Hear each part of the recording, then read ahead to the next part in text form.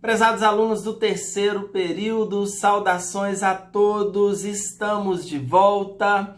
Hoje nós vamos continuar as nossas reflexões, ainda de maneira remota, ainda, infelizmente, apenas por meio da videoaula, não podemos ter os nossos encontros presenciais, mas vamos tratar dos efeitos da citação.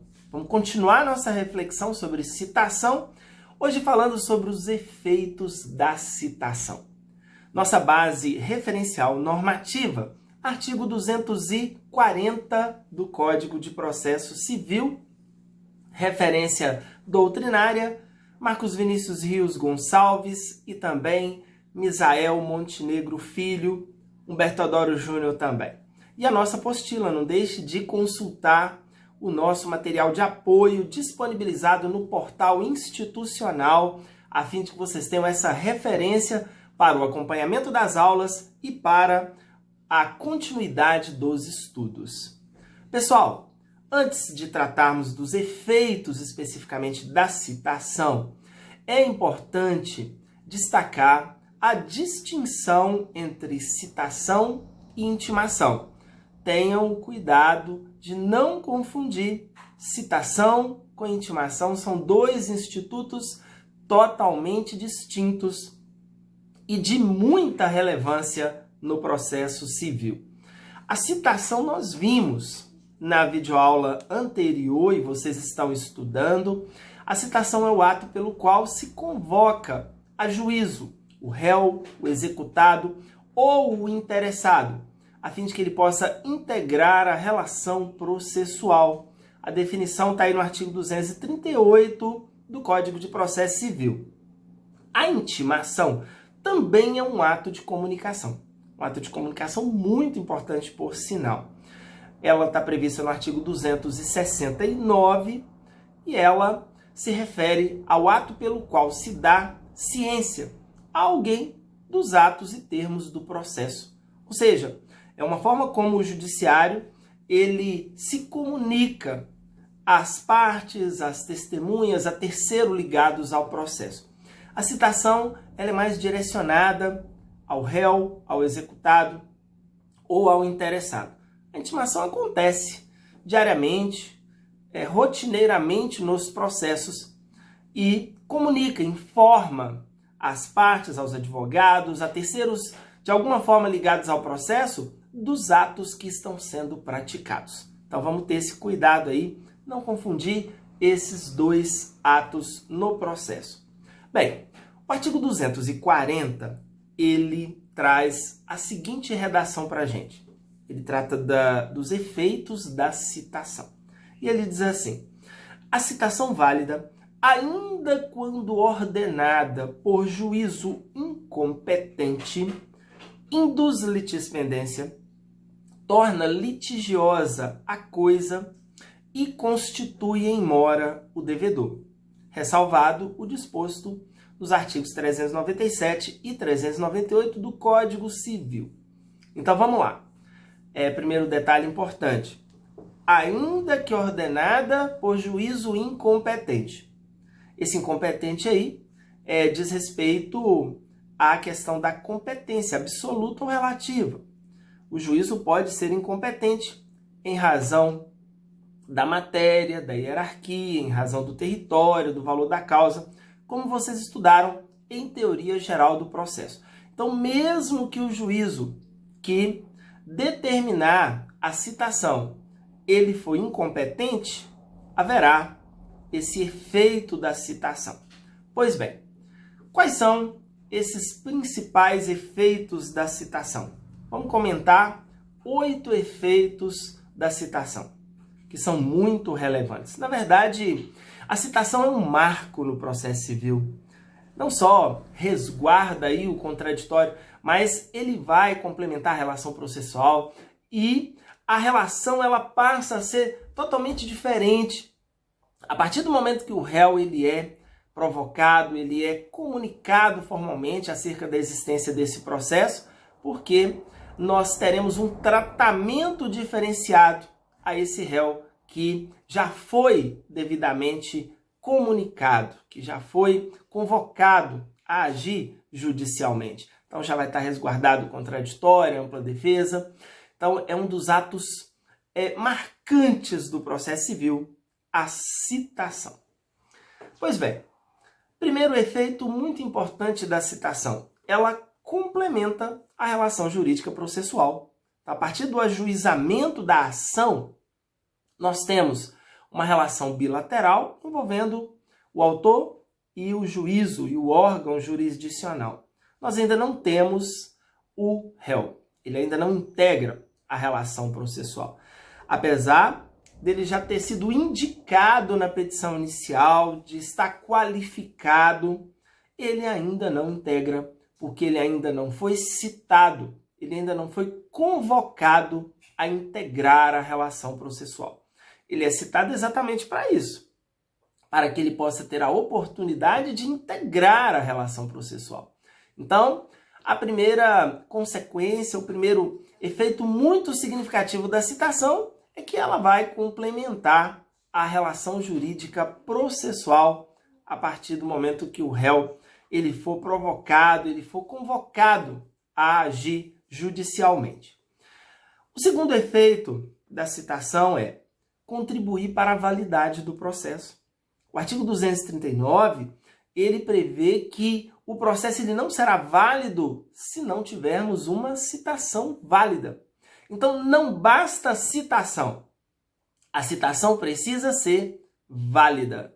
Ou seja, ela tem que observar todos os preceitos legais a fim de que ela não seja questionada, não seja considerada posteriormente a sua irregularidade. Terceiro efeito da citação.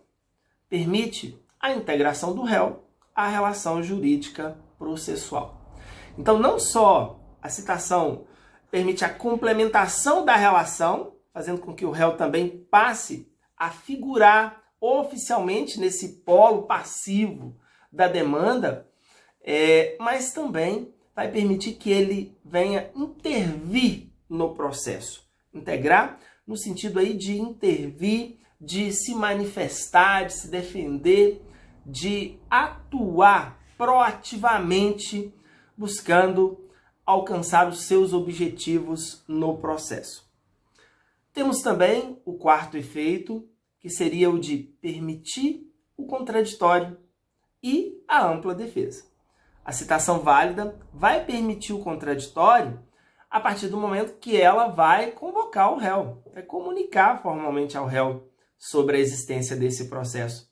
E vai também permitir a ampla defesa, porque o réu ele vai ter a ampla oportunidade de impugnar, de se manifestar, de usar todos os meios lícitos em busca da manifestação judicial quanto aos seus interesses no processo. Então, esse é o quarto efeito da citação. Quinto efeito, ele gera a estabilização da demanda. Quando a gente pega ali o artigo 329, especialmente inciso 1, nós percebemos a possibilidade de o autor proceder a alterações na causa de pedir, no pedido, de maneira unilateral até o momento da citação. Então, antes da citação, o autor pode proceder a retificações, ao aditamento, independentemente do conhecimento ou da anuência do réu. Após a citação, isso já não é mais possível. Não é mais possível essa alteração unilateral de elementos da causa pelo autor.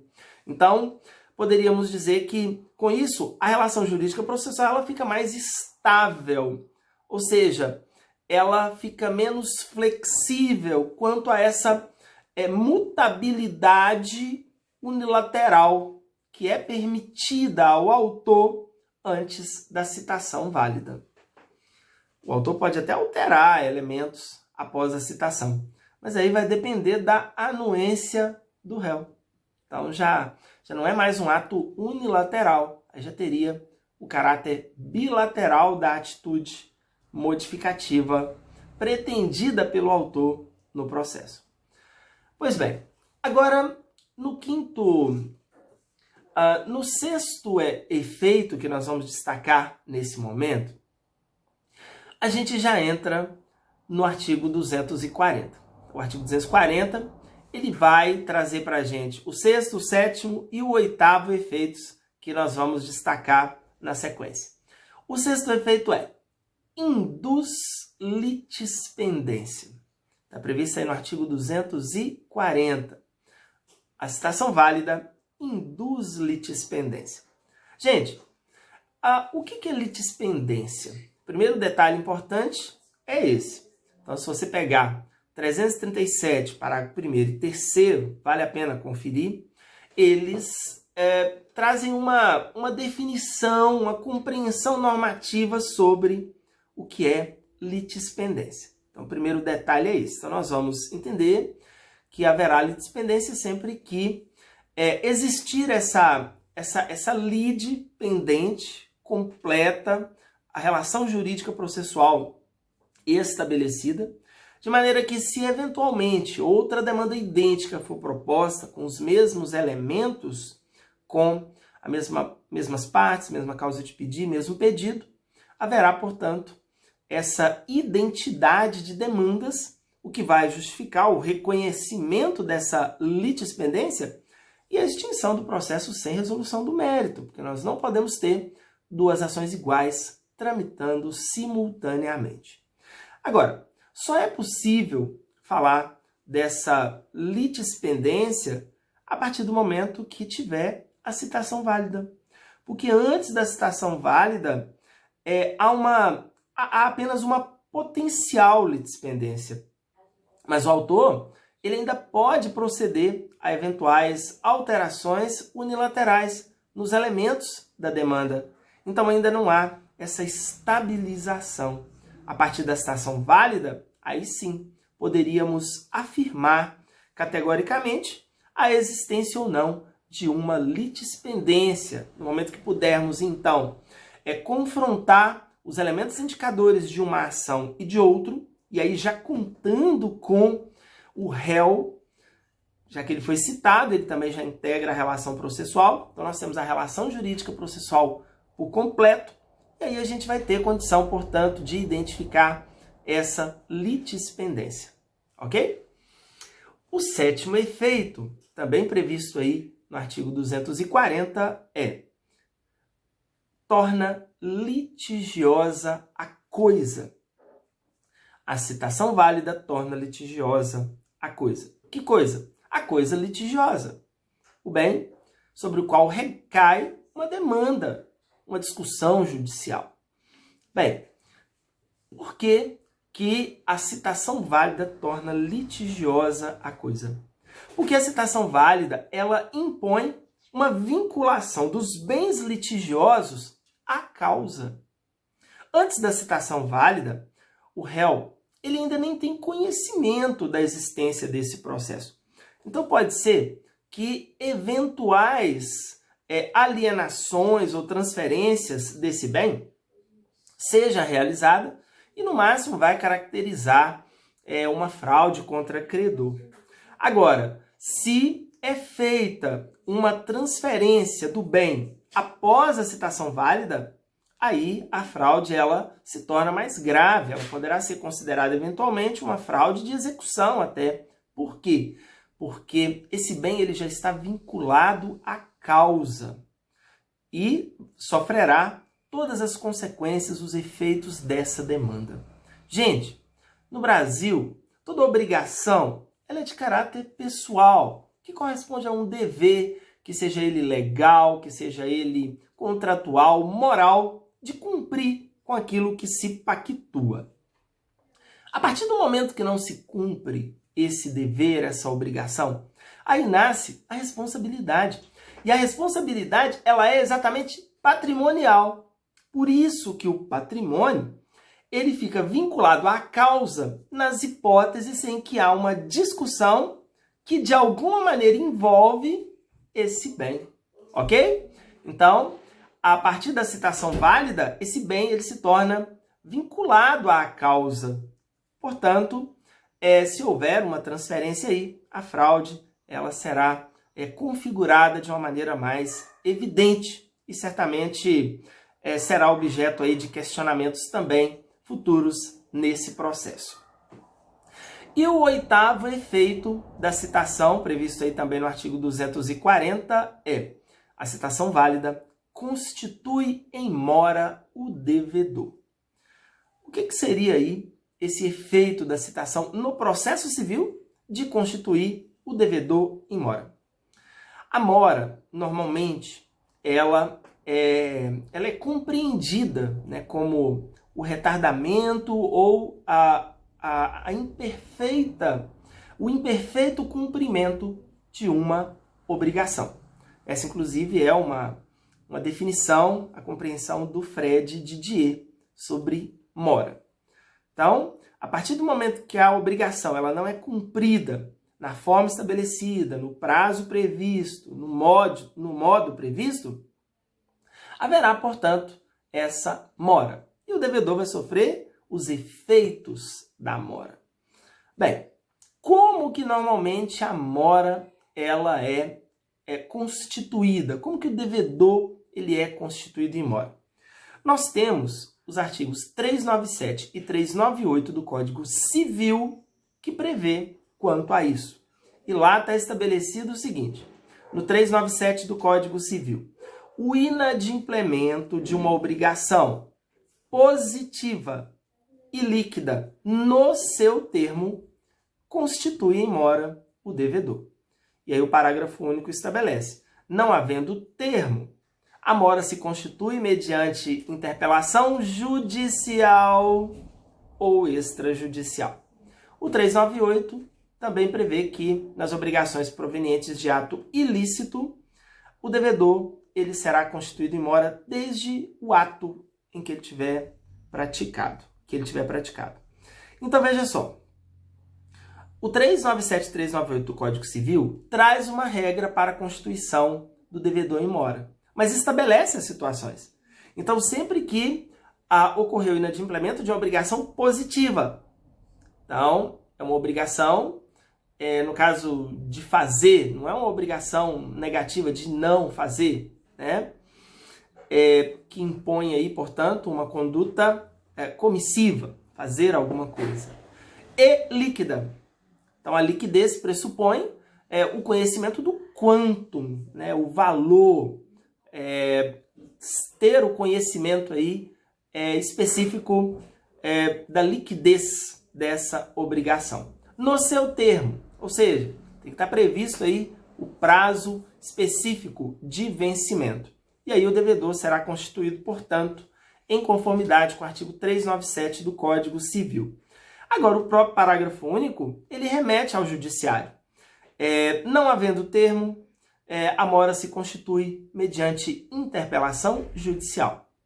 Então, na verdade, naquelas situações em que a mora não tiver sido constituída em conformidade com o Código Civil, se houver um processo judicial, quando é que nós teremos, portanto, a interpelação judicial, a formalização, a consolidação com a complementação da relação jurídica processual? Exatamente a partir da citação. Então, portanto, naquelas situações em que a constituição da mora não se der nos termos da lei civil e existir um processo judicial, ela se dará a partir da citação. Por isso que o 240, quando ele fala da constituição do devedor em mora como efeito da citação, ele excepciona as hipóteses que estejam contempladas no 397 e 398 do Código Civil, ok? Então, esses são os efeitos da citação, os principais efeitos da citação no processo civil. Nós percebemos a relevância da citação para a validade do processo e para que todo o procedimento ele possa ser cumprido a partir da citação, respeitado o contraditório, a ampla defesa e o devido processo legal. Grande abraço a todos vocês e até o nosso próximo encontro.